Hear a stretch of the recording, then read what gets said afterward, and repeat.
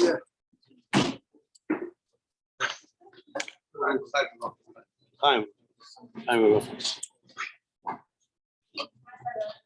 First of all, before Pinny speaks, usually the keynote speaker we have later on in the event.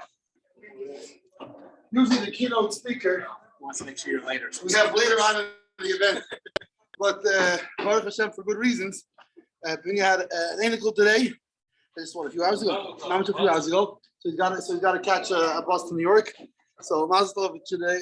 These kind of scheduling should always be for such reasons. And Baruch Hashem, Pinny agreed anyways to up until the what do you call it, the bottom of the ninth here to share with us. So with no further ado, L'chaim Pinny should be many simchas together and Yashakeh. Thanks for coming. Records will be served shortly. That's it. Is it? The Rebbe, sure every one of us is aware how the Rebbe referred to Yud Dalet Kislev, his anniversary, his wedding anniversary, as the Tag was verbunden mir mit Eich, on Eich mit mir. The day that the Rebbe became connected to us in a revealed way by marrying the Frierdiker Rebbe's daughter. That was what the Rebbe said. The Rebbetzins birthday, it's probably even more the Tag was verbunden, because without the birthday there wouldn't have been an anniversary. So it's the day that's why we're here. That's what we're doing here. The Rebbetzins birthday is something that affects us personally, and during the Rebbetzins lifetime, very few people actually knew her. She was very, I don't know if she was like this naturally, but this is the role that she took on, where she stayed out of the limelight. The Rebbe's mother, Rebbetzin Chaya, was always with the Hasidim. She came to the Rebbe's Farbrengen, and she had her place where she stood. So a lot of people say, if you notice, the Rebbe is always looking towards the left during the Farbrengens.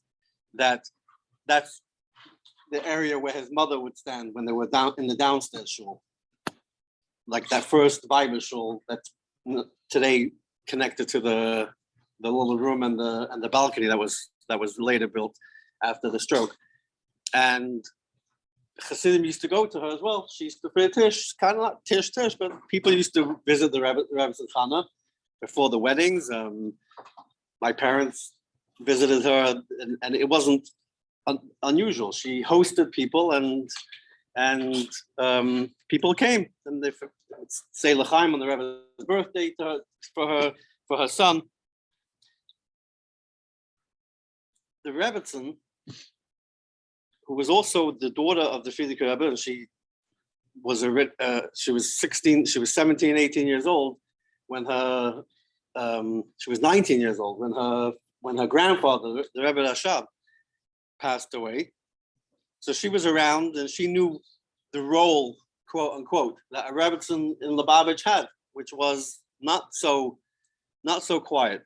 Yet she chose the life where she allowed us to have the Rebbe for many, many hours of the day, many, many days of the week. And the Rebbe was hardly ever with her, as my grandfather, Zalman Jaffe, always used to say, that it's a chutzpah to, we had our basement. No, my grandparents stayed in Chaim Itkin's grandmother's basement for the last 13 years before Chof Hei Adar, before Chof Hei Adar. And that's where they used to stay in New York, which is right next door, 770. From the window in our basement where we stayed, that was the bottom of the Rebbe's sukkah in the library. The Rebbe used to spend Yom Tovim and Shabbosim in the library next door, 770, not go home. And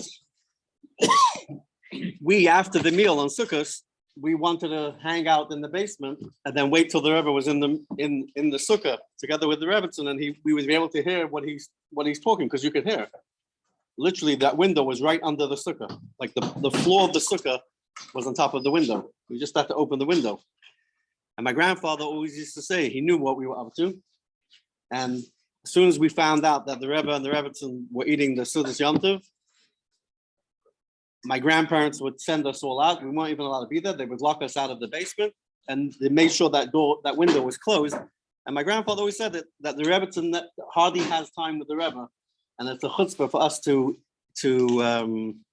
intrude on that by passively just listening in.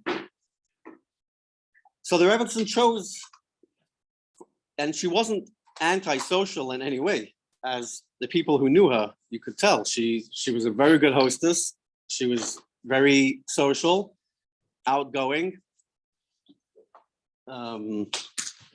sensitive, and she was very in touch with what was going on. But she chose not to be in the limelight, to stay out of the way, and not to get, presumably, if she would have come to 770, she would have got a lot of covered. You know, she's a Rebbe's wife.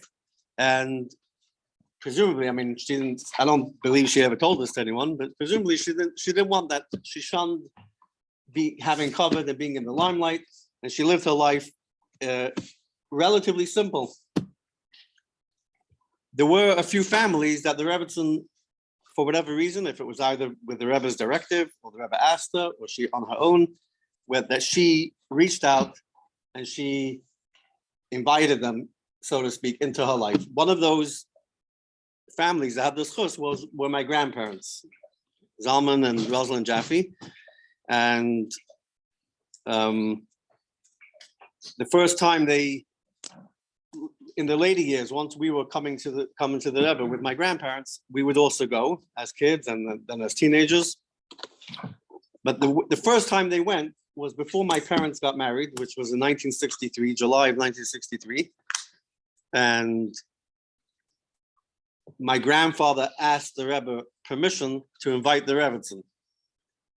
And the Rebbe said that he could, but he also added that she won't come.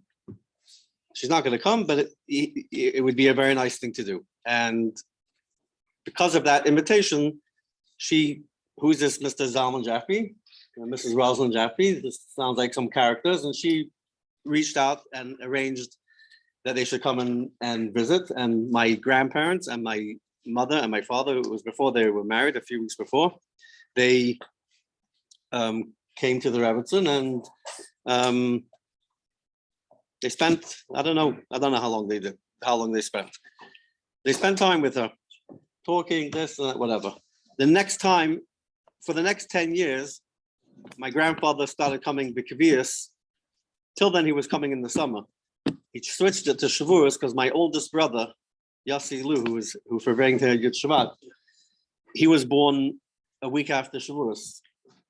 So they came thinking it might be a bris, their first grandchild and all that. So they came they changed what had been till then different time. There was the summer for those 2-3 years before. Before that was the winter.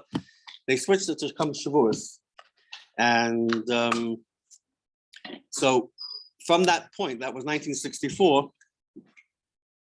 My grandparents used to send the Rebbetzin before Yom Tov flowers, and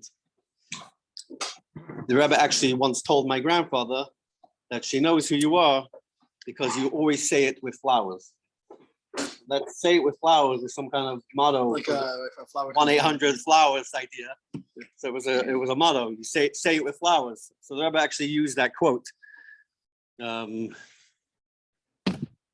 Rebbe actually used that quote to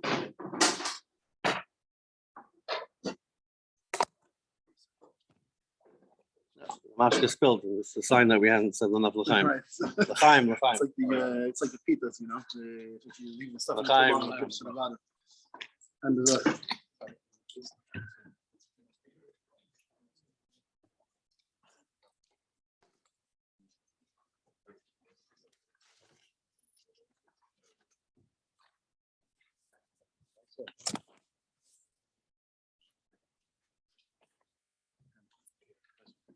For the next 10 years, around, not 10 years, less than 10 years, they didn't visit the Rebbetzin, and then it got reintroduced again, I think, Tafshin Lamed, 1970. And they started visiting the Rebbetzin on a regular basis. And my first memory of going to the Rebbetzin was when I was 5 years old. And when we went as kids, depending on the age of that we were, every child had to do something, perform, do something, sing a niggin, say Dvar Torah. My cousin had his bar mitzvah was coming up and he was gonna lane. So he laned till Sheni for the Rebbetzin. She said it's been many decades since she's heard Kriya with Shrub. So we used to have a performance, you know, we would do something, sing a niggin, tell a story about Torah. And to my grandparents, they would have conversations, you know, adult conversations about the family, about the community, about this, about that. Sometimes Rebbetzin asked my grandparents to pick up certain types of tablecloths in England, china, different kinds of china that you wanted, gave them checks that they never cashed. She would ask for family pictures, and then she would say, "Can I have some? Can I keep them?" And my grandparents would say, "Yes, you can take any." Okay, I'm going to show my husband, or I did show my husband, or my husband told me that you were in Yechidus for 2 hours last night. It was a very personal type of relationship. Me, as when I was a kid, I mean, I don't remember thinking this, but when I was 11, let's say, and on, I remember just sitting there and thinking, wow, this is the house that the Rebbe comes home to. Like I wasn't, you know. So at that point you were thinking like the rest of us, right? Yeah, it was just like, wow. Oh, wow, this is the house. This is this, you know, this is the table. This is that, this is the kitchen. I'll share with you a story that happened when I was there with the Rebbetzin when I was 16, because I'm leaving in about an hour, and I figured that if I tell you this story, it's gonna take me about an hour, and I'm just gonna that we could sing a niggin after we tell that story. So l'chaim.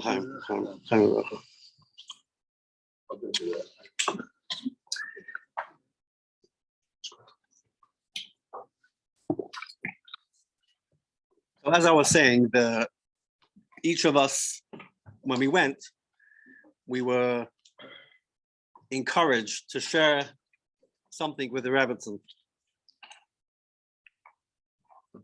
One year, we went, and the Rebbetzin was in the library then. It was the last days of Sukkot, when it says some Chaseda. And sometimes we, like Rabbi Gansberg, Schomberg Gansberg would come in next door to the basement where my grandparents stayed, and would be like, okay, you could come today at 4 o'clock, as long as they finished the Suda by then, and somewhere between 4 whatever. And then when they finished the Suda, he would come over and say, okay, you can come now.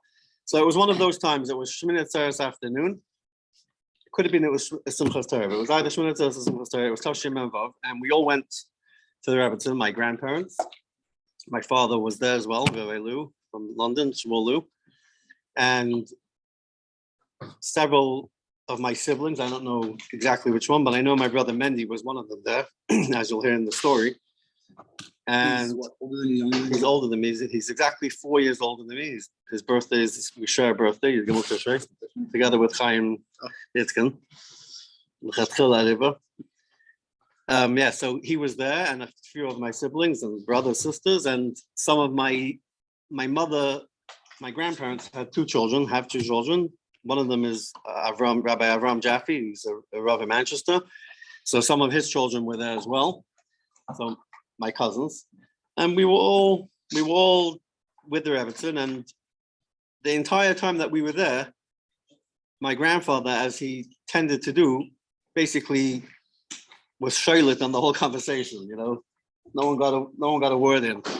It was him, my grandmother, and the Rebbetzin, basically. We were just all sitting there, and it was, I don't know if we were there for half an hour, 40 minutes, or whatever it was. At some point, it was time to go, and we all got up, and this, so thank you so much, or whatever. And we were all getting up, and we used to actually walk out backwards from the Rebbetzin also, like people did by Yechidus.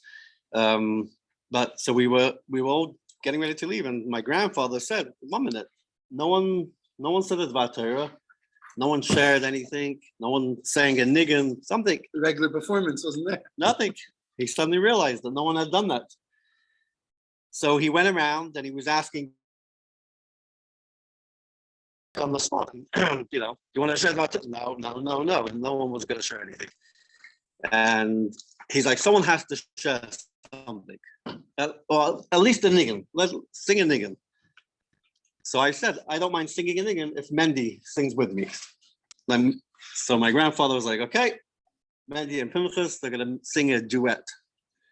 And my brother Mendy immediately, he was standing right next to me, he immediately muttered to me, why did you get off of me? What are you offering me for? What should we sing? I said, let's sing the Beinini.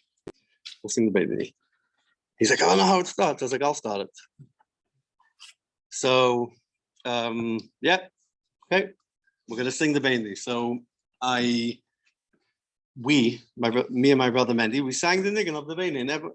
No one else joined. I mean, my father, my brothers, my cousins, or whatever. It was just our performance, I guess. And announced as a duet, and the duet it was, huh? It was a duet.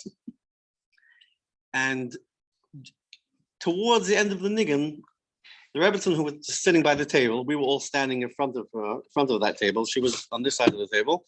Her arms were kind of folded, like this kind of. And towards the end of the niggin, she was tearing, and she was wiping away some tears. And when we finished the niggin, it was very quiet, very eerie, and everyone was quiet. And in order to break the silence, me as my 16-year-old self felt like maybe being silent wasn't the best thing. I wanted to fill it up. Couldn't handle it. I wanted to fill up the silence with something. So I looked at the Rebbetzin and I said, this was the Frierdiker Rebbe's favorite niggin. And we always spoke to the Rebbetzin about the Rebbe or the Frierdiker or any of the Rebbe, the way we talk to each other, right. The Rebbe Shav, like that.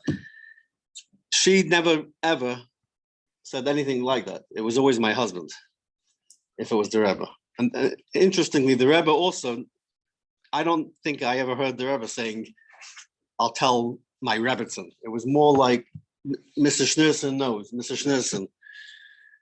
But he didn't say my wife. But she always referred to the Rebbe as my husband. And in this story, so I said this was the Frierdiker Rebbe's favorite niggin. So she said, yes, I know. He was my father. And with that, I realized something very, very, very important about the Rebbetzin, how smart she was and how intelligent and how she was sharp. It's like she understood that I thought that she didn't know. So she was saying, first of all, I do know. Second of all, even if I didn't know, because I'm not into niggunim, let's say, but it's my father's favorite niggin. Of course, I know my father's niggin. Like, who wouldn't know their father's favorite niggin? So let's sing the Beinini. Ya mama, ma ya ya mama, ya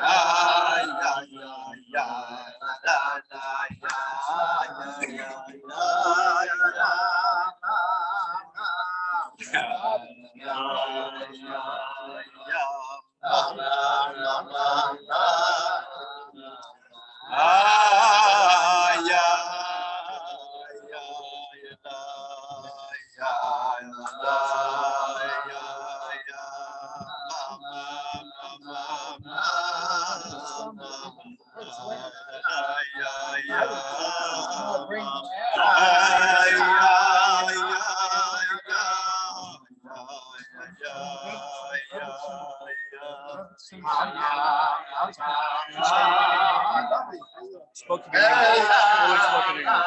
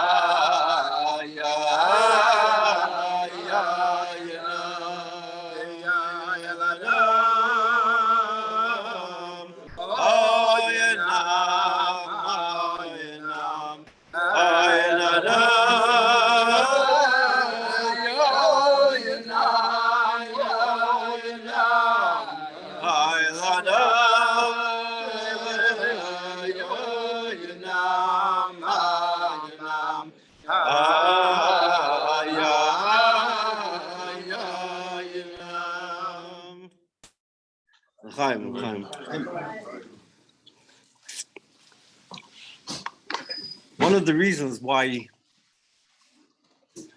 Hasidim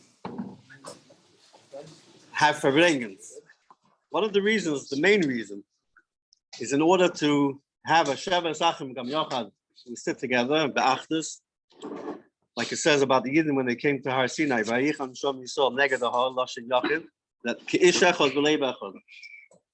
And that's why there's a story in Mekubal from the Alter Rebbe, I think it's from the Alter Rebbe, as Vasach Tzidische Farbrengen can uftan, can I feel a malach mechal nish uftan. That what a Farbrengen, the Tzidische Farbrengen, the real Farbrengen, where people are sitting together like one, as we are right now, can accomplish things that even the angel Michal, Malach Michal, can't accomplish that. So we're gonna say a l'chaim now for all the people who need the Yeshua. There's a young girl who I'm aware of. Her name is Chaya Mushka Schneerson. She should find that shidduch for Kodev Mamash. And there's anyone else who would like to.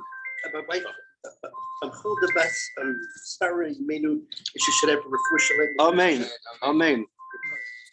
Amen. All the people that need the Yeshua, and there should be shalom in the world. There should be an end to what's going on in Ukraine and in Russia and everywhere else in the world where there's tsar. It should be the shalom amiti should descend onto the world. L'chaim, l'chaim. Amen.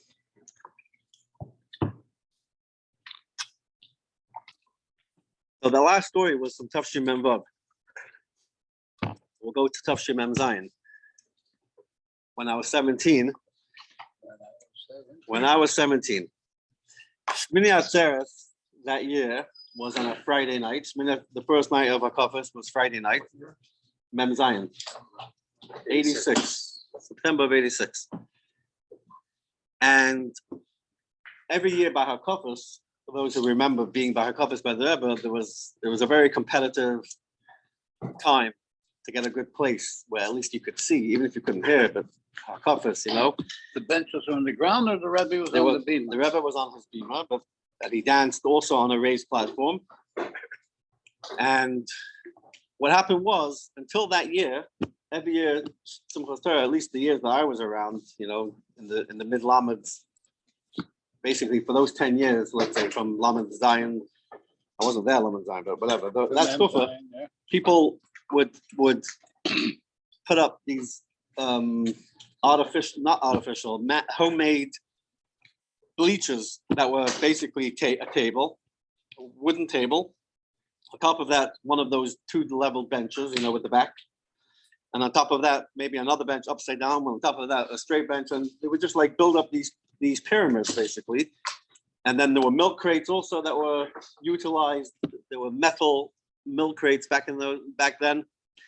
People used to have metal milk crates tied up outside 770 in the chutzah with chains, to keep their two milk crates. If you walked into 770 and you got a place on the floor, which was basically 80% of the oilam, or 60% of the men at least, you were standing on the floor, basically. So if you had a milk box or two, you could stand up and you could see something. There was also what those things called from a submarine. Those periscopes. Yeah, periscopes. People they came with these homemade periscopes made out of boxes of mirrors, and there were some kids who climbed up on the beams that are out throughout 770, because then you're not blocking anyone. You could be on that. In Tashim Mem Zayin, they became smart, and they decided they're going to put bleachers in. Now there were bleachers there where the Rebbe's balcony now and that room was done. That was before that. For 20 years before that, there were bleachers there, wooden bleachers that were built in that you could see in all the pictures. And so for Simchas Torah Mem Zayin, they came up with this Hamzah.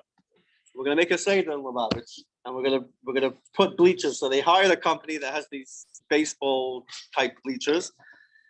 They came into 770 and they built the whole Durham wall, the whole wall on the side where the Rebbe's place was. That whole wall where the menorah is lit, that whole wall they built this massive bleachers, and on the opposite wall they added a whole bleachers, and they said no one's allowed to bring in milk boxes. There will be they removed all the benches and all the tables from the whole place, besides very few that were just used for shvils and for the old people maybe. And everyone's standing on the bleachers on the floor. That's it. Now, bleachers, if you know how they work, one level of the bleachers is used to sit on. And then between the next level for sitting, there's a middle area that's made for your feet. Okay, Right. That's lower. And then the people in front of you are a little bit higher than your feet. Right. Yeah. So basically, every person takes up two levels of the bleachers, just on two different levels. And so what everyone did was, no one was going to sit by Hakafas. Everyone came in on Hoshana Rabbah after they put the bleachers up, and they came with their markers, and they made a mark that's just big enough for their two shoes to fit on, that. And they wrote reserve. Now the next level, which would have been for the feet, is lower than the one under that. So they put cinder blocks on that to elevate that, and that became another potential spot. So what you have is you had these people standing with just enough space or even less than physically you need, because you can't. It doesn't work. Now I don't know what the Vadim Asadrim were thinking, if that was what was going to happen or not, but that's how they prepared it. And what happened was, by the night of Shmini Atzeres by Hakafas, it was the most unbelievable aggression and fighting and screaming and pushing and things flying and noise, no seder whatsoever. They're screaming. People who always stood near each other, like there were cliques. The way it worked in 770. Miami stood there, and South Africa stood there, and this one stood there. Everyone had their little, this yeshiva and this place, and certain families had spots. So even places that for decades families had stood near each other, like not necessarily the same. It's our pub, and this one's will say no. Everyone came and they stood in their places, and then there wasn't enough space. It couldn't possibly hold the amount of people that were expecting to stand on every bleachers. It wasn't Begash was possible, and no miracle was forthcoming. So there wasn't enough space, and there was just chaos. I shouldn't say it was chaos the whole time. It was also a very memorable hakafas, and between falling off and getting back on and having a fight and getting back and all that, we still managed to have a good hakafas. But so that was Shmini Atzeres by night. It was a Friday night. After the Rebbe left, the people who were standing on the bleachers that I stood on, that were me and our cousins and some of our friends, our spot there, they were like, "We can't do this. We have to take it down. We have to take it down." And it's because it's not like someone was saying, "Wait, it's Shabbos," but it's not like someone's going to be okay. No one will stand in it. Fine, everyone's going to stand in it. So they started dismantling it, and a younger man who's now a shliach came. He said, "Stop." He begged them to stop. He got a non-Jew to come in, and he said, "Promised the guy $100 after Yontiv." And the guy came in, and he took apart the rest of it, hauled it out, and then that next night, Bahakofis, in our side, anyways, it was back to the tables and the things, and everything was Mishalom and beautiful. And the other side had the bleachers, and they were still, a wreck. On Shmini Atzeres by day, between Mincha and Meir, that's when my family went to the Rebbetzin that year. And I was 17 years old. I'd been in Montreal Yeshiva at that point for a year. I already felt like I spoke Yiddish well enough to converse with the Rebbetzin in Yiddish, which I knew it was her native, her native language. She always spoke to us in English. So there's a few things that happened. So when we came to the Rebbetzin, it was somewhere after Mincha, before Meir, and I started telling. Oh, another thing that happened is that there was a French. They also brought in, together with the bleachers, they also brought in bouncers, real non-Jewish bouncers. those guys didn't ever get themselves into it. There's bouncers standing there, and someone pushed up against him. Some poor bacher, boom, punched the guy. Get up! And before you knew it, the bouncers were out the door. That was what happened with the bouncers. They bounced the bouncers out. They were just like it was beyond their scope. They didn't know what they were getting into. Yeah. Another thing that happened was there was a French bacher. It wasn't a Fruma bacher, but it was from the French contingent, and he actually took out a knife to someone to threaten him. He was told, "Don't give up your place, no matter what." No matter what, made no matter what. He took it very literal. And Rabbi Azimov, I heard, actually shipped him back off. He definitely wasn't in Crown Heights anymore after that. Don't know what happened to him. So when we came to the Rebbetzin, I was telling her, first of all, I started speaking in Yiddish to her, to tell her, things that happened over Yontiv. And everything I said to her in Yiddish, she responded to me in English. And I was like, hey, I speak Yiddish, Later, I realized that because my grandmother and some of my sisters and cousins they weren't shoylet to Yiddish. I mean, they spoke, Yiddish, and but they didn't speak the language well. So out of sensitivity for them, she didn't respond. And she wanted them to understand. So she didn't say, hey, don't speak in Yiddish. She just answered me in English. By the second, third time, I was like, I got the hint. You got the message. Got the message. So I switched to Yiddish. L'chaim Rabbi Itkin. I switched to Yiddish, and I switched to English. And basically, what I was telling the Rebbetzin is what I just told you. What happened? The guy with the knife, you told her? Yeah. Oh. Yeah. I was 17. Oi, what are you gonna do? Listen, the Rebbetzin wanted to know what happened. He told her what happened. What do you want? So I started telling her that there were a lot of people. It was very it was an unbelievable crowd, and there were a lot of people, and I started explaining to her about the bleachers, and it's not enough space, and in order to tell me basically, I don't want to hear these negative stories about Simchas Torah. That's what I think. At some point, when I started giving her the report, she said, yes, I know, my husband told me. And I was like thinking, okay, yeah, really? Your husband told you? Okay. So then I told her some other detail. The last detail I told her was about the knife. And she said, yes, my husband told me. And I was like, okay, I got the message. I got the point. The point is that you don't, when you come back from Hakafas from the Rebbe, the grus shouldn't be all the things that didn't work out well. This didn't thing, and that wasn't good.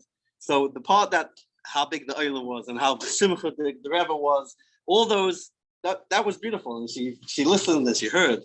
The minute I started telling her superfluous details, she in her smart way. She didn't say it.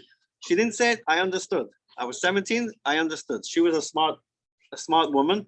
She knew how to speak to a 17-year-old and say, "I don't want to hear this." She knew what. And on that theme, there's a similar story. My grandfather. People would always ask him, like, what does she look? What does Rebbetzin look like? How does she dress? How does this? Because no one really saw her.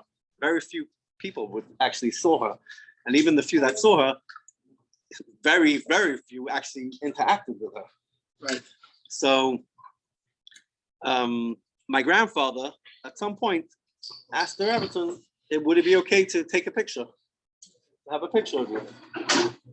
And she wasn't comfortable with it. She didn't say, "Oh no, never, no, absolutely." But she registered.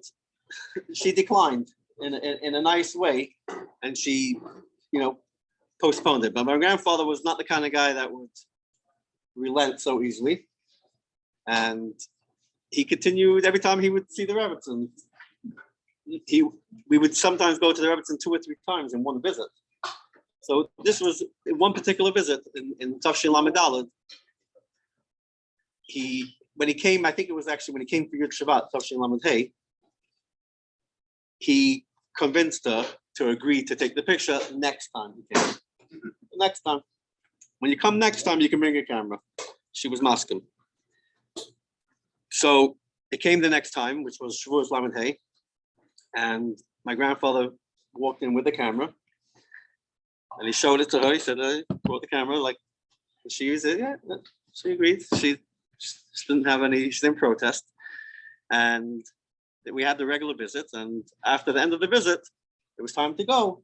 And he told the Rebbetzin, he's like, okay, can I take the picture now? And she said, yeah, sure. So he got up and he picked up his camera. And I'll just say it the way my grandfather always said it. As I put the camera to my eyes, in those days, cameras used to go up to the eyes, to the viewfinder. You have to explain to people nowadays. As I picked my camera up to my eyes, looking through the viewfinder, I saw her, and she looked so sad. Well, she agreed because she agreed with. He said she looked so sad, and I said, and so I took the camera down, and I said, you know what? It's okay. We don't need a picture. It's fine. And you can see over here again the Rebbetzins' tremendous strength, power, really. She let him take the picture, but she also, and she wasn't sulking. She wasn't like turn away. She took the picture. She was ready to take it. She was masking, but she wasn't 100% wanting to do it, willing. And she managed to get the message, even to my Zayda, that kind of personality where he, that you agreed. And so that's the kind of woman she was. When I read stories of the Rebbe in the early years and before the Nisias, it reminds me a lot of how the Rebbetzin was. Like a very well placed word, somewhere, and that gave you the whole thing. Very, very wise, very sensitive, and was able to get her presence across without being aggressive or even assertive, just by being herself.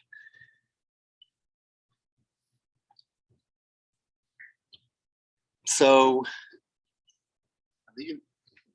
say l'chaim, and maybe everyone else should say l'chaim, and since more people have come since the beginning, we can Farbrengen everyone should say the brachas that they want to say, and everyone should answer amen.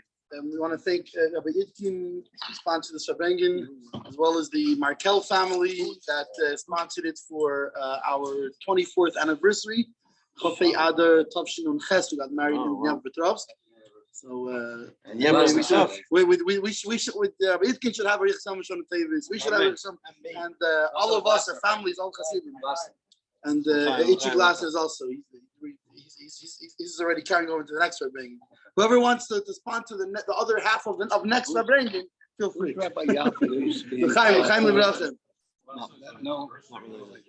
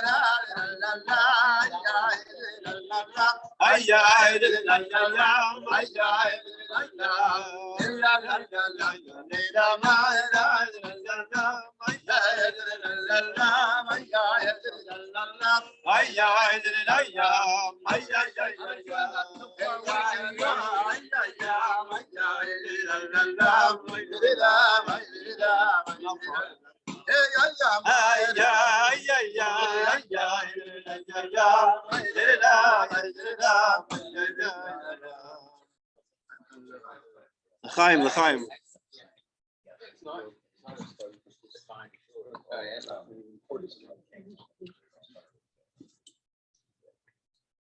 Mordechai.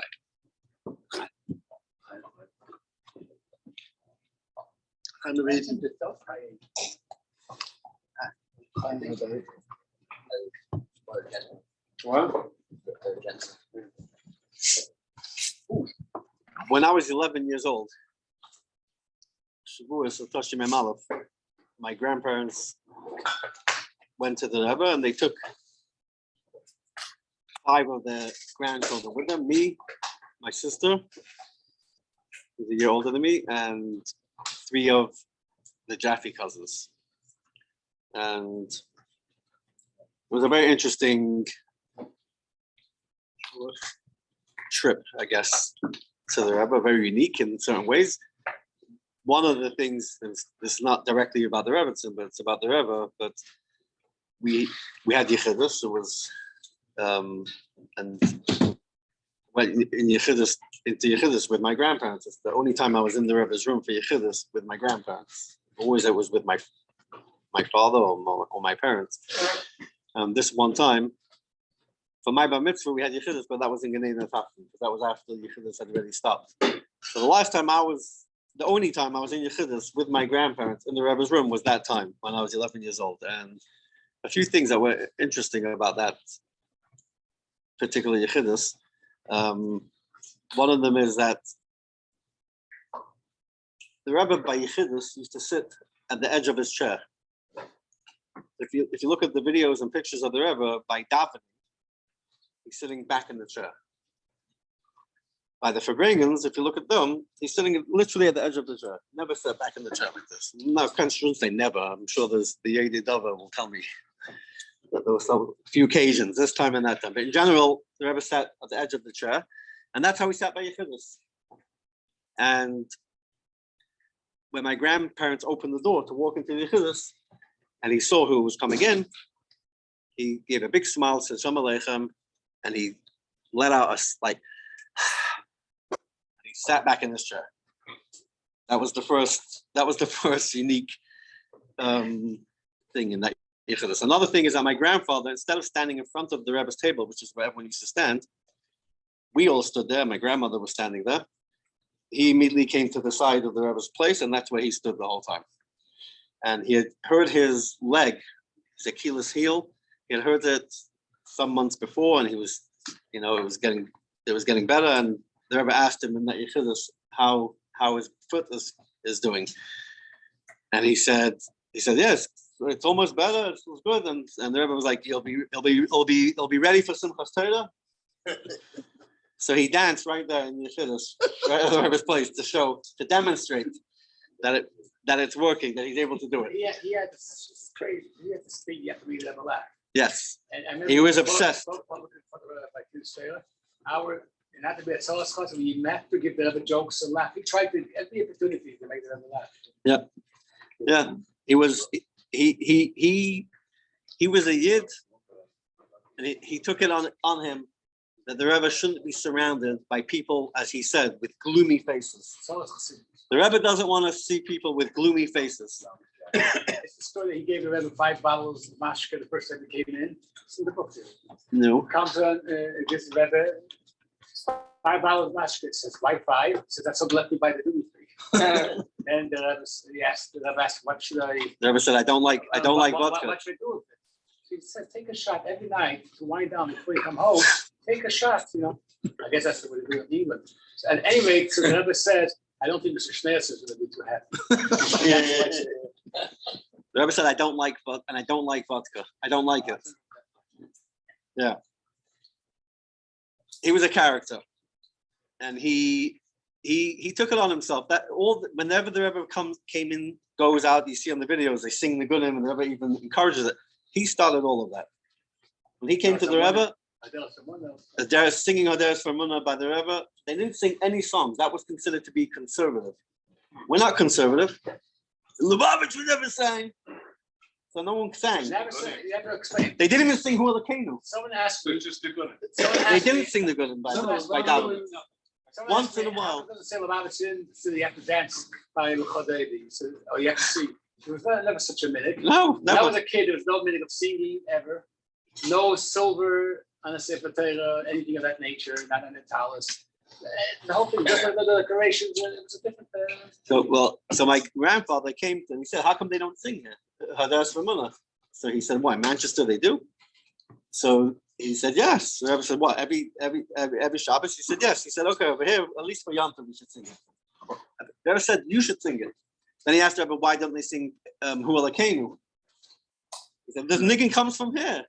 Everywhere else they sing." Everyone's singing. He was not singing. The Rebbe said, "You sing it. Sing it." We're going off on a tangent, but I'll do it. That this conversation about singing the Gunim during davening happened by the meal on Shavuos. He was invited to the meal. Yeah, he was invited to the meals from Chof Zion, 1967 and on.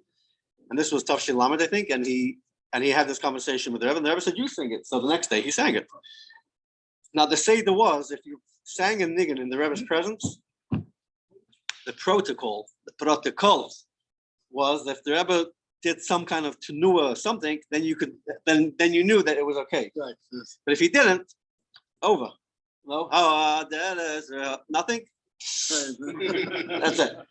So that year that the Rebbe said he should do it, so he did it, and he sang it, and it was all good. The next year he came, and for Shavuos Lamed Aleph, and he wrote to the Rebbe, just like last year. Hopefully we have a deal, and we're gonna sing the Rebbe, and the Rebbe answered him, yes. So he sang it, and it was fine. The third year he came and he asked the Rebbe permission again to sing, and the Rebbe didn't answer him. The Rebbe didn't respond to the whole letter, the whole topic, and came to davening, and he didn't know if he should sing or not, and the Rebbe didn't do anything, and the Rebbe hadn't answered him that he should sing, so he didn't know what to do. And the Chazan realized that Dalman Jaffe didn't start Adar Sumana, so he right away started, Adar Sumana. So my grandfather was a big action. He said, "What? A chutzpah? You're gonna tell me? You're gonna do it?" And he sang the whole thing by himself. No one joined in. And the Rebbe, not only he didn't do with his hand anything, the Rebbe folded his arms on the stender. Okay? There's no doubt. There was no ambiguity. There's no ambiguity over here. There's not going to be any encouraging of the song. So he sang the whole song himself, as he said. It felt like Nachshir Ben another. He's like, listen, the Rebbe said I should do it. I'm just doing it. He did it. The next day, they already told him, don't this. I think by the end, the last moment, the Rebbe made some motions. Then he came over to the Rebbe and said, why did you give me such a hard? We'll get there. Not yet. The next day, Yom Tov, they already had told him, don't do that. The Rebbe didn't see the Rebbe did that. They did. Here's a guy without a beard, without a kapata, with his hat and his, you don't know what the protocol is. So they were like, harshness. So, hey, but the Rebbe told me that the Rebbe has to be my What? It's for sure they come from somewhere else. Right, the guy's a Charangeworfen here from the magnet brought him in, and he's going to start singing the Gunim, and the Rebbe's not being loaded, and the Rebbe making it very obvious. As he said, the Rebbe didn't take out his sitzes for Baruch Shama. So the Rebbe was waiting. And he was waiting until he finished. Yeah. Oh, right. The next day, they all told him, don't eat there, blah, blah, blah. Anyways, he did it. He had one person help him, maybe. The Rebbe did not do a thing. Arms folded again. And someone smashed his hat, banged him. Anyways, then he had Yechidus after Yom Tov. And a few minutes into the Yechidus, he said to the Rebbe, you didn't ask me how Yom Tov was. Like you always ask him, how was Yom Tov? So the Rebbe said, how was Yom Tov? So he said, it was terrible. Here is a man, I'm doing what you told me to do. You didn't answer my letter. Okay, why couldn't you just go like that with your hand? One little tiny thing, a small movement, anything. And then everyone would have known that I was right. I was supposed to sing. You told me to sing. Everyone, they don't know that. Here I am, all by myself. You're watching me struggle, and I'm singing all my, and they're yelling, and they're bashing my head, and they're calling me names, and you didn't even help me. Nothing. So the Rebbe said, "It's a chaltos as a grace avla," with a smile. It was a sense of humor that you even asked, because I already told you. And that's the way it is. And now you should know from now on, chok v'lo yaveh. You need to sing when you're here, and don't worry about everyone else. And if they have a complaint, tell them that you and me, we can arrange it. We can sort ourselves out without any additional help. So it still took many years before it became standard. Even when I was a bacha, I remember my grandfather telling me, when I went with him that time when I was 11, he said, where were you by davening? I said, he said, why were you in the back? I said, oh, I was just there. The real reason was because I was embarrassed. He was singing the whole song by himself, and he had the German accent of, Ausa Shalom Bim Rama. It was just embarrassing. It was bad enough that we had an English accent, And then my parents would put us in all the term when we came to New York for a few days after school. And the kid would like take the meat up, potato, tomato. Because in England they say tomato, in America they say tomato. So they also figured that we also probably say potato instead of potatoes. So they would say potato, tomato. So my grandfather said to me, "Where were you by Shacharis?" I said, "I was in the back." He said, "Why weren't you in the back? I needed you in the front to help me with their Samuna." And that's why I was in the back. That's exactly what I was thinking. That's exactly why I stood right in the back and I buried my face somewhere. You should say I could see that. You should see the Yeah. So that time in Yechidus, when I was in Tafshim Aleph, when I was 11, my grandfather told the Rebbe, one of the things he told the Rebbe, also in his attempt to light, the Rebbe has a lot of serious things that he's carrying on his shoulders. My grandfather always used to say this. The Rebbe has a lot of the world's problems on his shoulders. I don't need to come and add to that. And he would come and he would come under there, would make jokes. He was telling the Rebbe how we were here now for 2 weeks, and the 5 grandchildren, and they're not helping. And I sent the granddaughter to get lettuce, and she came back with a cabbage, and she told the whole thing, told her everything, all that in Yechidus. And after a minute of this, of him telling on us, the Rebbe said, "When are you going back?" So he said, "In 2 days." So the Rebbe said, "They have 2 days to repent." And for the next 2 days, You did? we repented. So did somebody get him a lettuce? Yeah. It's all in his book. He wrote it all anyways. But once the story happened, it was going to end up in the book. I mean, that's. He was looking for materials. Yeah, he always needed stuff to write. Well, the Rebbe kept telling him to add more pages. Just a funny story. The Jaffees rented the basement of my parents. So we spent in the sukkah together. We had a sukkah about a vacuum machine.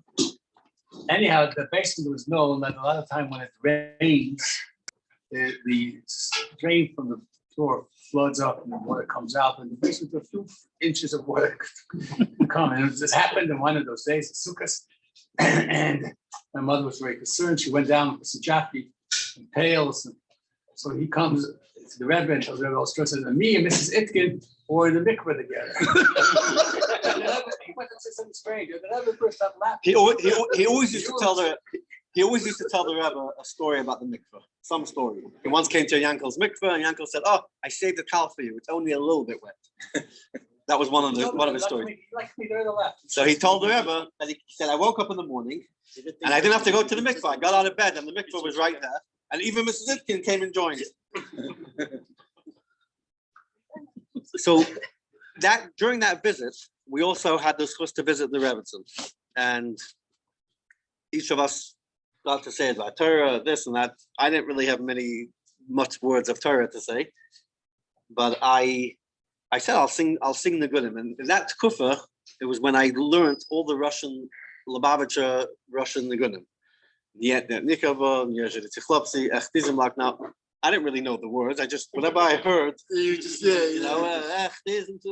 I wrote it down, and then I found it, and I know it. And I said to the Rebbetzin, "I can sing some songs in Russian." I knew that she spoke Russian, So I sang whatever, I don't know the order that I did, but I started singing my repertoire of the Russian Nigunim.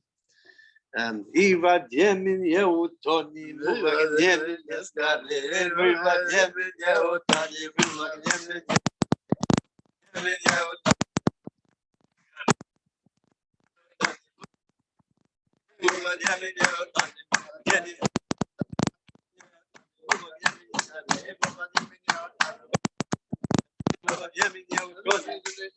Water you won't drown, and the fire you won't burn.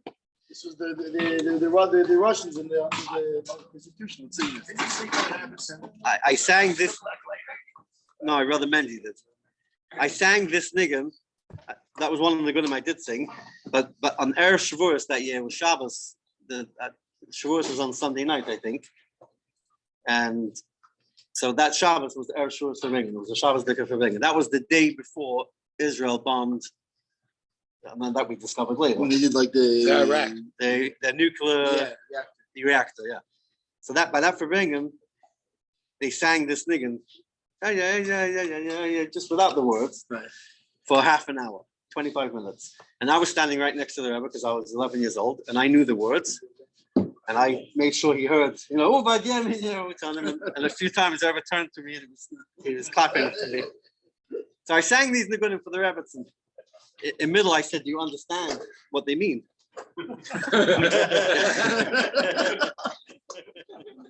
Was this before you made the other mistake with debating your after? Maybe I had to make a mistake. I was No, I'm saying, like, in other words, I was 11 years. years old.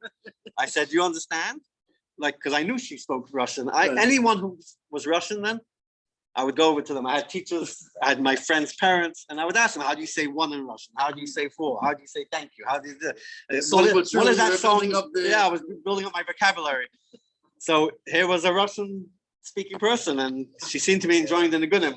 So I said, "Do you understand? Do you understand what it means?" She's like, every song I sung, she ended with "Bravo," and she clapped. So one of the times I said, "Do you understand what they mean? Do you understand the words?" And she said, "Yes, of course. I am Russian." So I sang these nigunim, and the last one I sang was Ech Dizim. She's like, "Do you know any other ones?" I said, I know Ech Dizim Lak, but I'm not sure how to sing it, because from what I heard, Beryl Zaltzman's record of Ech Dizim Lak, and the words were not on the back of it, so I had to figure them out myself. It sounded like when he would say two is whatever, he would say the two. Yeah, so he would say that way, the two would sound that way, and when he was going backwards, like 13, 12, 11 on the way back, it sounds different. So I thought it was a different word. So I said, I know how to sing it backwards. That was the bottom line. She said, "Do you know another?" I said, "I know another one, kind of, but I only know how to sing it backwards." And they were like, "What?" And I sang Ech Dizim Lak, and I sang it backwards and made up all the words, but phonetic. And then She understand. Well, luckily she knew the She words understood. already, so she could fill in there. she definitely understood guys. that I was an 11-year-old kid that was trying to impress her. So, she, at the end of that visit, the end of when I finished, exhausted all my Russian songs, I said, "Oh, I also have a story, a Dvatera kind of story that's really emotional, and it's really a joke that my teacher had told us." And by the end of that joke, by the punchline, the Rebbetzin was literally laughing away. Like, I consider that to be one of my zechusim, that I made the Rebbetzin laugh.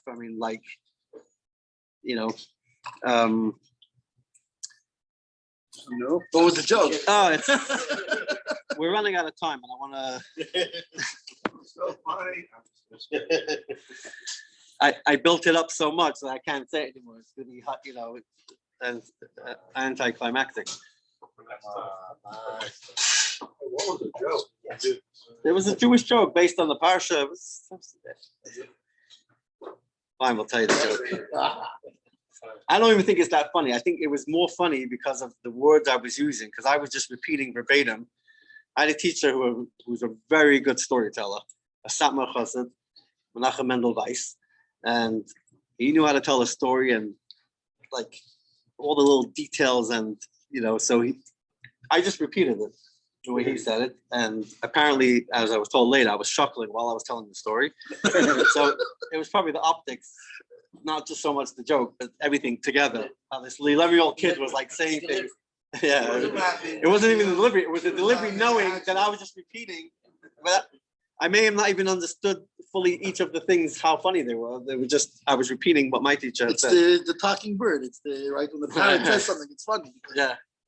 So, okay, the basic, it says Ve'ela mishpatim ashatasim lifneihem, and Rashi says you shouldn't just teach the halachas one time and walk away. When you teach it, you should teach it in a way that it's a shulchan aruch. It should be and they have to be chazeret, sheinen, whatever the word is, chazeret over. Make sure they know it. So when you teach someone something, make sure they know it before you consider it to be that you've done the job of teaching them. So there's a mashal that illustrates this point. There was a person in the shtetl, and he was looking for things that he could do for a living, to increase his parnasa. And he said to himself, you know what? Maybe I could become a rabbi. I think rabbis make a lot of money. Oh yeah. So he went to the rabbi of the town. He went to the rabbi of the town. He said, "Hey, Rabbi, I see you're doing very well. But maybe you could teach me how to become a rabbi, and then I could, have a parnasa." So I said, "Yeah, of course. Go to yeshiva for 4 years, then go for 5 years to thing, and then get smicha, and then you'll come back." He's like, "No, there's got to be a shorter way, a quicker way. I don't have that kind of time. I have a family to feed already." He's like, "You can't." He's like, "Well, there must be some basics, And then finally he prevailed upon the rabbi, and he said, the rabbi said, "You know what? You're right. There's only 3 halachas that a rav needs to know, and if you know these, you're good." And these are not real halachas, by the way. So the first halacha is that if a woman opens up the chicken, in those days they would bring the chicken home and then cut it open themselves. And if she realized that there's no gallbladder. Yeah. Oh, Gallbladder. So you lick the area where the gallbladder would have been, and if it's very bitter, acidic and all that, if it's Hasidic, If it's a Hasidic gallbladder. if it's acidic, then there was a gallbladder and it got lost in the shuffle of cutting it open or whatever. And if they say that in Yiddish. What? How did you say that whole story? I didn't say in Yiddish. I said it in English. I always spoke in English, and I just repeated what my teacher had said. I remember him saying he called it the gall, not the gallbladder. So if it's not bitter, then it was missing, and then it burned his tray. He's like, okay, so the Rav says repeat it. He repeats it. Perfect. Next, so someone comes and says they use the milk knife to cut meat. The milk knife to cut flesh. Take the knife, stick it in the ground for 24 hours. When they take it out, it's kosher. It's kosher. Okay, repeat. He repeats. Reuven comes hauling Shimon in. He borrowed $100 from me and he didn't pay back. You make the person who's asking for the money, make him swear, but make sure you tell him how serious it is to make a shvua, and it's a very serious thing if you make a full shvua, and if he makes a shvua, he's able to do it, then he's believed that he paid back already. Okay, repeat. He says, okay, you're a Rav. That was part of the story. I actually said that because that's what my teacher says. He came home. He got a big sign, new rabbi in town, cheaper prices. And a woman had a chicken that was problematic. And she sees there's a new rabbi on the way. She's like, oh, we'll try this guy. Yeah. She walks in and she says, hey, Rabbi, Rebbe, my chicken, that guy didn't see the gallbladder in it. He's like, oh, that's an easy one. Okay, give it to me. Wait. Oh, you have to swear. Swear. So he's like, wait, don't say. You have to know how serious it is, making a shavua. Yep, it's so serious. Never make a full shavua. Okay. Swear that you didn't see. So she swears, I swear my shavua, I didn't see. Okay, it's kosher. A few minutes later, some other person comes in with a knife. They use it for the wrong thing. He says, let me see. Licks it. Not bitter. Kosher. Then Reuven comes and drags Shimon and they're screaming about the money. He says, Reuven, you got to take Shimon and bury him in the ground for 24 hours. Then he'll be kosher. It's actually pretty funny, by the way. L'chaim. The interesting thing about that story is it's based on Parshas Mishpatim, which Chof Hei Shvat most years falls out on. So I don't like the story. She laughed. She really, my grandparents, my grandmother was like, she laughed like fully in. She rolled like couldn't sit straight. To me, it was embarrassing. I was like, what's going on over here? I was just telling a story, Now it feels good, yes. Oh, you didn't realize it was a joke back then. You No, thought I knew it was a nice- joke, but I didn't realize it was that funny. Right. I didn't understand all the details of the You thing. didn't even know what you're saying. You didn't verbatim. Yeah, I understood the basic concept. I'm gonna bring the car around. Right? Okay, Since it's so blocking should- out the way. On Shmini Atzeres, 1 year, You got a car in here? If the Pinny has to leave in a couple of minutes to go to the. my son had a baby. I became his aide today. I'll take him to the bus to go. I'm at Simcha, Mamish, Farbrengen to go to bed. Yeah. I hope when I get back, somebody will still be here. It's just Chaim. It's fine also. Don't worry. So Toshim Memalov, not Memalov. 1 year, Shmini Atzeres. Actually, I don't know what year it was. We went to the Rebbetzin on the afternoon of Shmini Atzeres, and that's my alarm. We went to the Rebbetzin for on Shmini Atzeres afternoon. After the Suda, it was my grandparents, me, and my brother Shalom Ben. I think my brother Mendy was well, and there was probably some other ones of us there. No, Mendy for sure was there. Mendy is so we came in, and we were talking, and the Rebbetzin said, "Does anyone want to have Farbrengen, make a bracha in the sukkah?" So my grandfather said, "No, we just ate." The Rebbetzin said, "Is anyone hungry?" And we started saying yes, because we not because we wanted to eat, we just wanted to see what was going on. My grandfather immediately said, "No, we just ate the meal. We just had Sudas Yantiv." So I said, "I'm a little bit hungry still." So the Rebbetzin said, "Okay, go into the sukkah. There's a tray of cake in the sukkah. Go there, make a bracha in the sukkah. Like, help yourself, basically." So we walked into the sukkah, and we saw that there were three. It was like a square kind of table. There was one chair that was like with the back towards the door, the entrance. There were chairs on each side, and the other side of the table was against the wall of the sukkah. It was a small sukkah. So there were three spots there. And there was a tray of cake, 2 china plates, like, those, like they made them into trays. So that was sitting there. And there was marble cake on the thing. And we wanted to know where the Rebbe sat. So we would take a piece of cake from the side that the Rebbe would have taken his cake from. Now, we didn't know which spot the Rebbe sat in. And there was also a Siddur Tilas Hashem on that place, but where the back is towards the doorway, which seemed like that was kind of the head of the table, and there's, Schellenberg, Gansberg, and the Rebbetzin on the 2 sides. But we didn't know, and I was like, I'm going to ask the Rebbetzin. I went back inside to the library, and I said to the Rebbetzin, can we sit down in the sukkah? She said, yeah, of course, yes, sit down and make a bracha. So I said, where should we sit? So she said, wherever you want to sit, you can sit. I said, what? So even at the head of the table? She's like, not at the head, not at the head. So we were mashba from that, but that's where the Rebbe's place was, and we took the cake from that spot of the tray, and we made a bracha in the sukkah. What? The Rebbe's piece. No, the Rebbe had already eaten.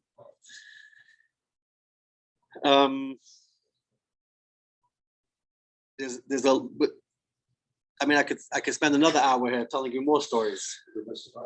Well, yeah, I'm waiting for Mendel to come back, but I'm trying to end with something. What time is the bus?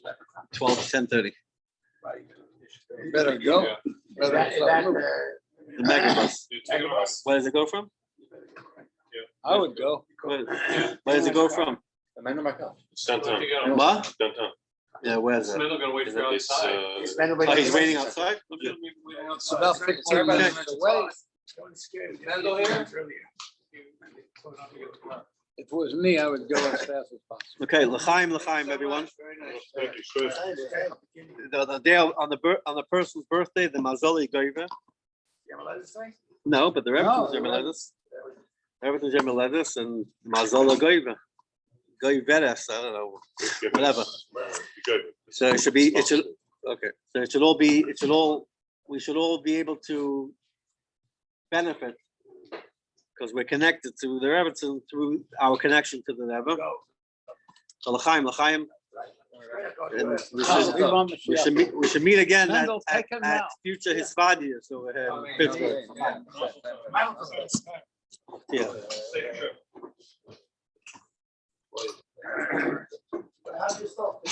Give him Shliach Mr. Mordechai. Give him Shliach Mr.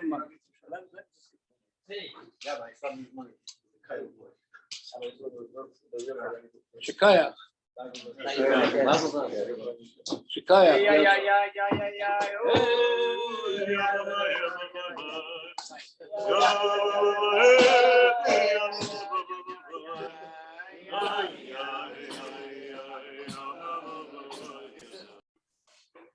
One story goes, as we know, I was raised next to 770, and this comes also with a little story. My parents worked very hard. They came from, they had a factory of sweaters. They used to come home very late at night, and they had to move from the apartment. So they asked the Rebbe, they want to buy a house, but should be near 770, in order that the kids should be able to hang out on 770. So the Rebbe said, you should hang out on 770, and Hashem you'll find a house close by. And the end of the story was that we moved right next to the 770. In fact, he came over later to the Rebbe and said, you can't buy a house next to 770, it's very expensive, and buying Bechal is expensive. So the Rebbe says it's known, Lachein and Ala Kaptzonim came from Haiza, basically you don't need any money to buy a house. So because I was living near 770, I hung out 770. There was a lot of places where no one else was. So a lot of different things. So I saw the Rebbetzin when she used to come the Rebbetzin used to come every single day to 770 to visit her mother, and she always didn't want to come in through the main door upstairs. She used to go downstairs, like in the basement of 770, and take the elevator from the bottom floor to the third floor. So, and anyway, when I became engaged to my wife's family, Yunik family, my Shver Beryl Yunik, and very close to the Rebbetzin, like less than 2 weeks before my wedding, he says to me, we're going to go to visit tonight at Rebbetzin. She wants to visit to give you a mazel tov. It was a little bit, by me, was and is the Rebbetzin extension of the Rebbe. It's not, I don't have to look at the Rebbetzin as a great person because all the stories are great, but the Rebbetzin is a part of the Rebbe. I come, so when I go in that night, my father-in-law, my mother-in-law, and my Kala and me going to the Rebbetzins house. She accepts us. I remember I came like a bacha. I was thinking like a chiddush, I had a gatel under my. I come in, and she's like a coffee table, and she tells us all to sit down. I'm sitting, and she's trying to make everyone friendly, especially me, because I was a newcomer to the family there. And she's trying to, where do you live? I said, next to 770, next to Rabbi Tvakin. I was doing a lot of different things. I was there a long time. And then in the middle, and that's why I remind myself, in the middle, they bring out a cake, and she turns around to my wife, and she says, that's the way I think me and my wife have different ways how we remember the story, but that's the way I remember the story. And I wrote it down. So the Rebbe says to my wife, I heard that you just had a birthday, which is actually, she just had a birthday like a few days ago. So this should be a birthday cake. And I was like, oh, I'm a bacha. No, I'm pretty much birthday cake. I heard it's like a wedding cake. It's like we never heard of a birthday cake. By us, is like a real non-Jewish type of thing. Chlal was before anything known about birthdays. At any rate, so this would be okay. Then, so my father-in-law gives the Rebbetzin the birthday cake to cut. That the custom is that she has to cut the slices and give everyone. It was beautiful china.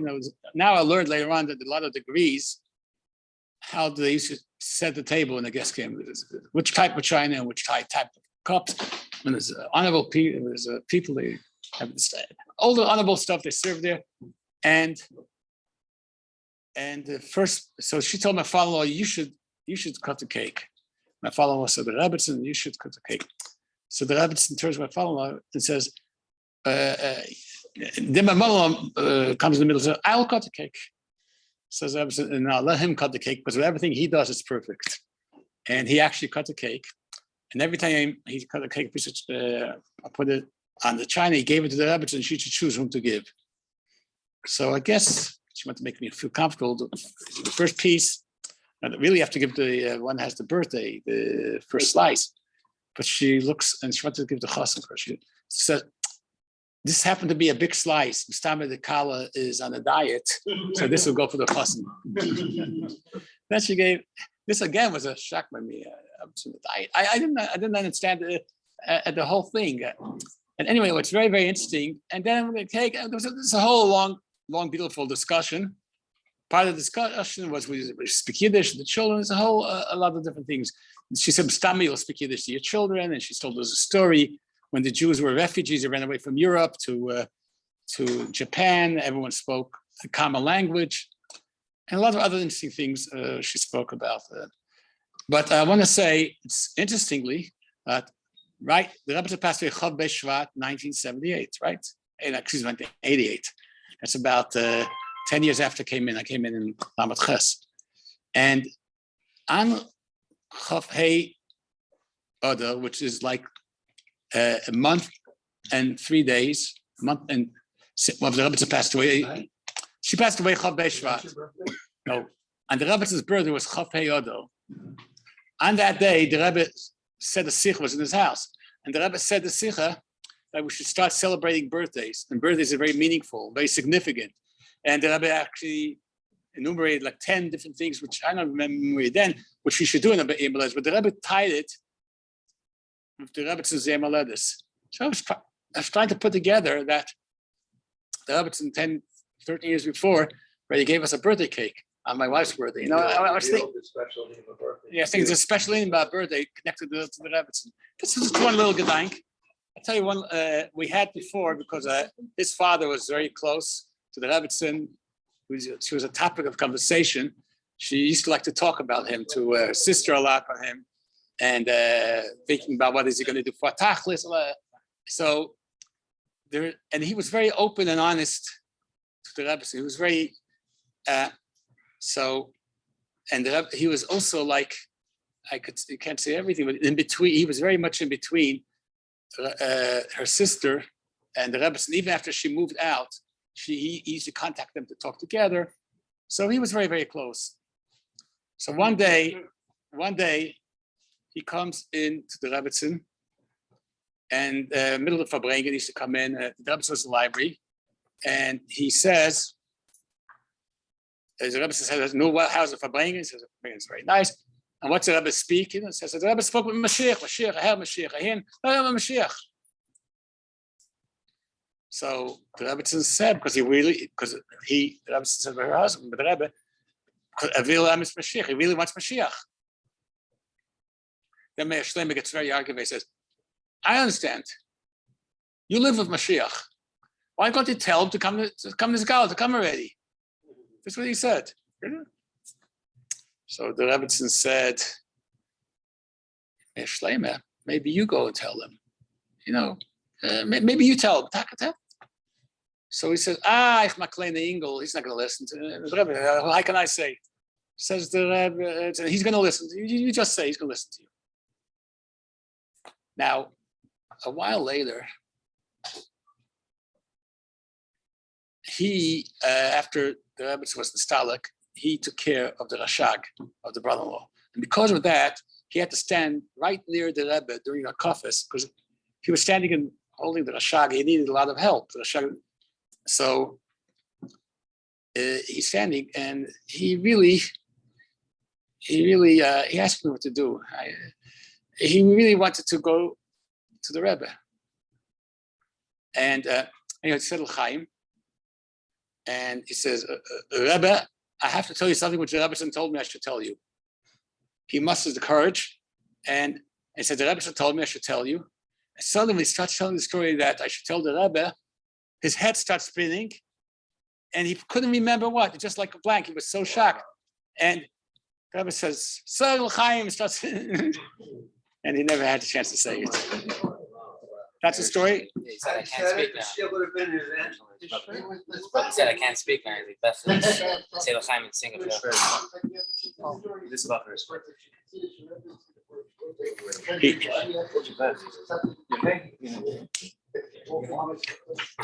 At any rate, he had a lot of. He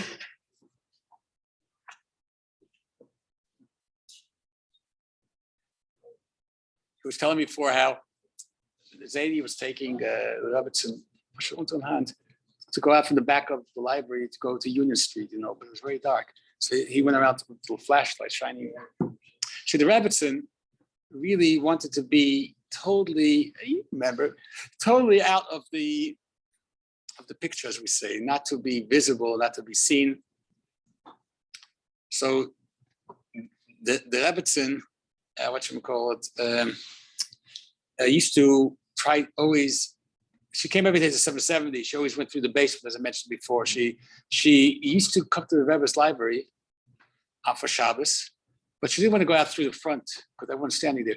In the back, there was a back door to go out. She used to go in the back and then made a pathway from there to Union Street, and the car stayed at Union Street.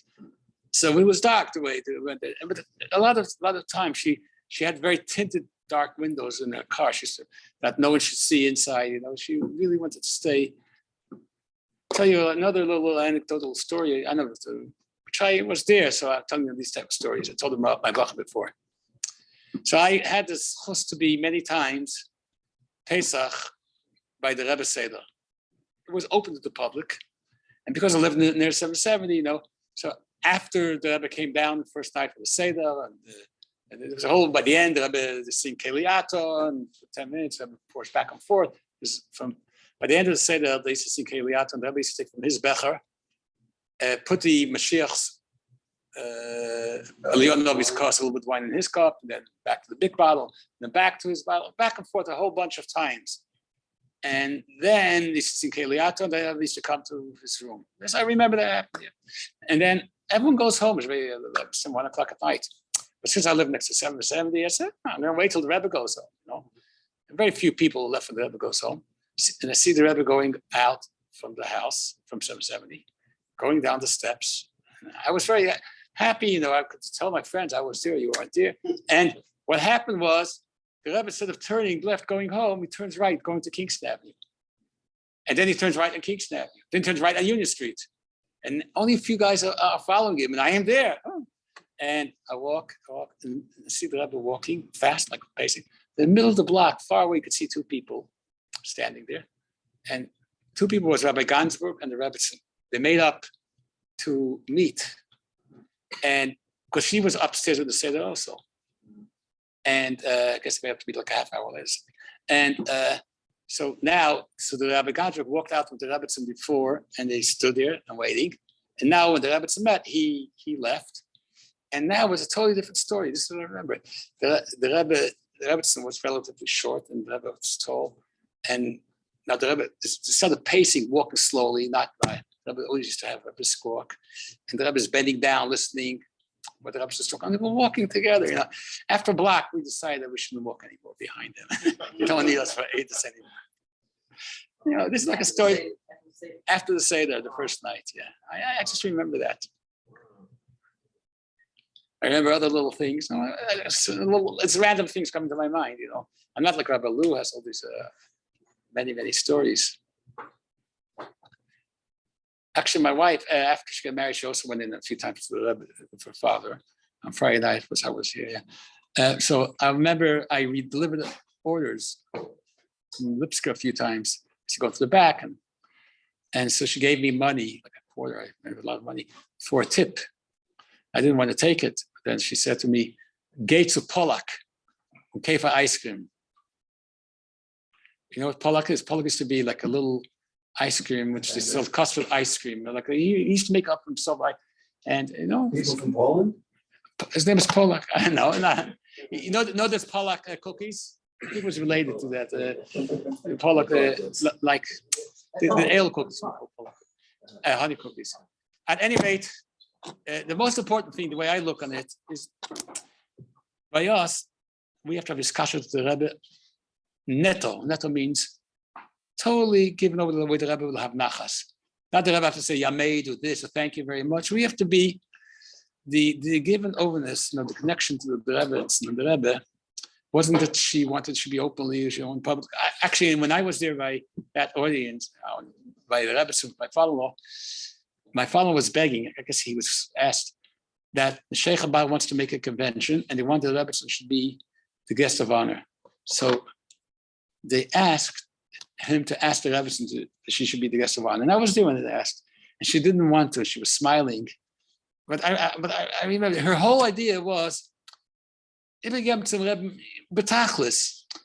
is what we should do, And the way I look on the Rebbetzin, they have this story and that story, they're all good stories, but it's not that. Well, that's what the Rebbetzin is. It's a chelik of the Rebbe. It's to such a degree, that the Rebbe even said to many people she's great. The Rebbe said to the mayor of New York, he's a big mouth. You remember Mayor Kachner, but he's a Cheverman. He comes to the Rebbetzin Menachem and says, "I heard she was a great lady." So the Rebbe is much greater than we know. It's only the God Almighty knows how great she was. It's Bechlal with the Rebbetzin, and the Rebbe said. When the Rebbe said by Farbrengen, probably she's the one who said that the Rebbe belongs, that changed it.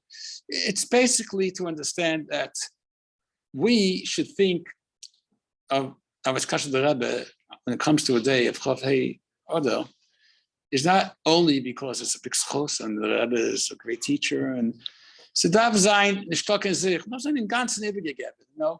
This is if this is what the Rebbe wants. This is. I see Shlomi is here.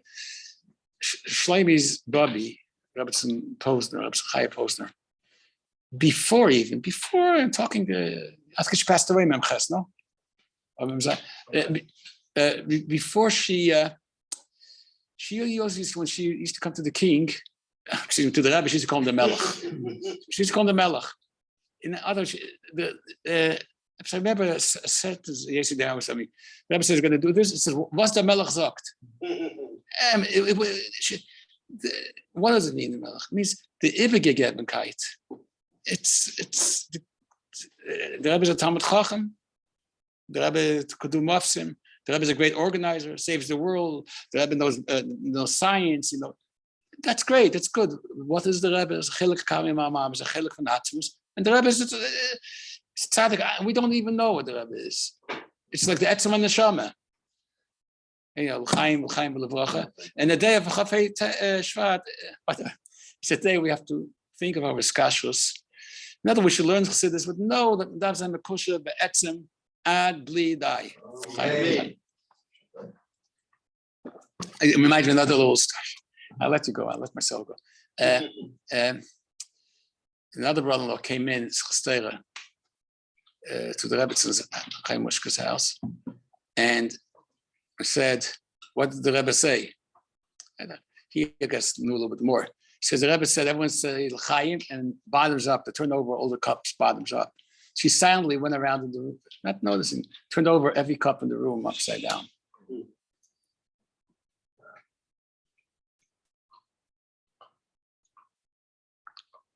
Ibegim. We should have a Yiddish cup. My brother-in-law just was here. I had a brother-in-law, Menachem. This is Menachem Yunik. Oh, no, I'm sorry. Maybe this was not. He said, someone called him Mendel to Notik, yeah? So, Doin Huiz, she didn't like the Rebbe is in the house, but don't use this name, only for the Rebbe, It's interesting.